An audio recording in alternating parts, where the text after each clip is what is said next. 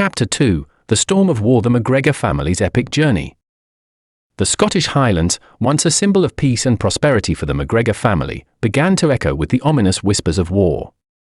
It started with the distant sounds of drums and the hurried conversations of the village elders. The tranquility that the MacGregors cherished was soon overshadowed by the dark clouds of conflict that spread across the land. Ewan MacGregor, known for his bravery and leadership, was summoned to a council meeting in the village. As he prepared to leave, he kissed Moira and looked into her eyes, seeing a mixture of worry and strength. "I'll be back soon," he reassured her, though his own heart was heavy with the unknown. The council meeting was a somber affair. The village leaders, along with Ewan and other respected warriors, gathered to discuss the impending war. News had reached them that invaders from the south were threatening their land, seeking to conquer the Highlands and impose their rule. Ewan and the others knew they had no choice but to defend their home. Returning home, Ewan called a family meeting. He explained the situation to Moira and their children. "Our land is in danger, and I must fight to protect it," he said, his voice steady but filled with emotion. "Lachlan, you're old enough now. You'll come with me. We need every able-bodied man." Lachlan's heart pounded with a mixture of fear and pride. He had always looked up to his father, and now he had the chance to stand beside him in battle. "I'll do my best, father," he said, trying to sound brave.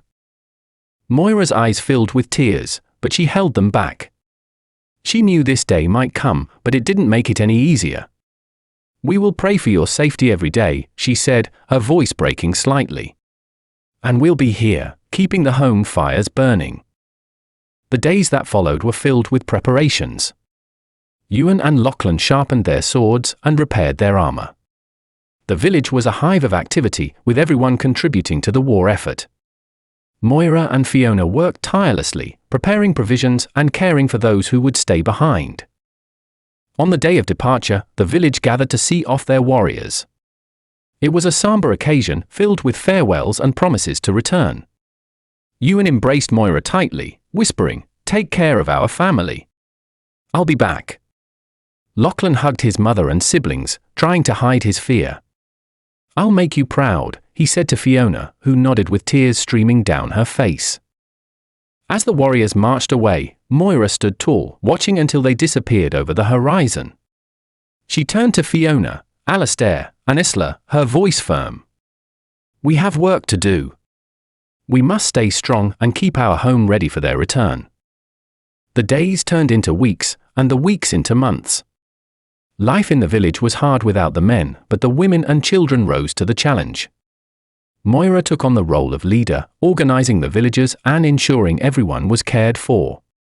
Fiona's music became a source of comfort, lifting spirits during the darkest times. Alistair, though young, took on more responsibilities, helping with the fields and the animals. Moira's nights were filled with worry. She prayed for Ewan and Lachlan's safety, clinging to the hope that they would return. The letters from the battlefield were scarce and often filled with grim news. The war was brutal, with heavy losses on both sides. Every time a messenger arrived, Moira's heart would race, fearing the worst. One cold winter evening, a messenger came with news that shattered their world. Lachlan had been severely injured in battle. He was alive, but his condition was critical. Moira's heart ached with the thought of her son in pain, so far from home. But the news didn't end there. Ewan had gone missing in action. There was no information on his whereabouts, and he was presumed captured or worse. The weight of the news was almost too much to bear. Moira broke down, her tears flowing freely. Fiona held her mother, her own tears mixing with Moira's. Alistair and Isla stood nearby, their young faces reflecting confusion and sorrow. "We must hold on to hope," Fiona whispered, though her own voice trembled. "Father and Lachlan need us to be strong." The days that followed were a blur of worry and sorrow. The village came together to support the MacGregors, offering what comfort they could.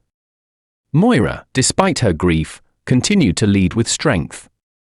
She knew that falling apart was not an option. Her family and her community needed her. Winter turned to spring, but the war dragged on. The MacGregors held on to hope, their love for each other and their homeland giving them the strength to endure. The once cheerful home was now filled with silent prayers and the constant worry for their loved ones on the battlefield.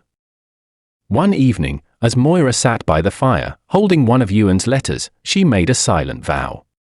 "We will survive this," she whispered. "We will honor Ewan and Lachlan by staying strong and keeping our home ready for their return. No matter what, we will remain a family." The storm of war had tested the MacGregors in ways they never imagined, but their spirit remained unbroken.